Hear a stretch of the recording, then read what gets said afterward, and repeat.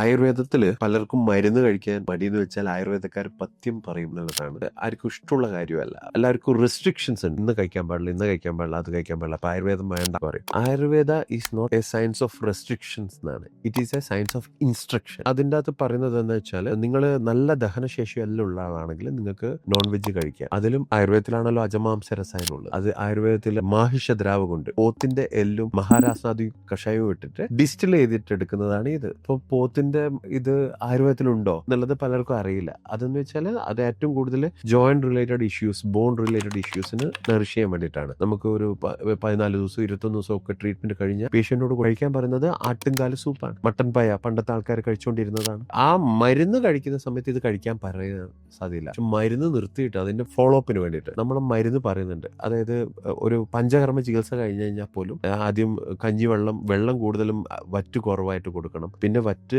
സമം വെള്ളം സമമായിട്ട് കൊടുക്കണം. പിന്നെ അത് കൂട്ടി അത് സൂപ്പിലേക്ക് എത്തിക്കണം. അതിൽ നമുക്ക് ആട്ടും സൂപ്പ് വരെ കൊടുക്കാം. അതേപോലെ വരാൽ ഏറ്റവും നല്ല മരുന്നാണ്. ഒരു സർജറി കഴിഞ്ഞിട്ടോ ഒരു ഒടിവ് ചതവ് എന്തെങ്കിലും കഴിഞ്ഞ് റിപ്പയർ ആവാൻ ഏറ്റവും കൂടുതൽ ബോഡിയിൽ ദഹിക്കാവുന്ന പ്രോട്ടീൻ ഉള്ള സാധനം വരാലാണ്. അപ്പൊ അജമാംസ രസായനം നല്ലതാണ്. പക്ഷെ അത് എപ്പോൾ കഴിക്കണം എന്നുള്ളതാണ് നമ്മൾ ഡയറക്റ്റ് ചെയ്ത് കൊടുക്കുന്നത്. അപ്പോൾ ആദ്യം കഴിക്കാൻ പറ്റുന്നില്ല, കഷായം കഴിക്കുമ്പോൾ നമ്മൾ നോൺ വെജ് കഴിക്കാൻ പറയില്ല. കാരണം എന്ന് വെച്ചാൽ അത് ഡിലേ ദ ഡൈജഷൻ.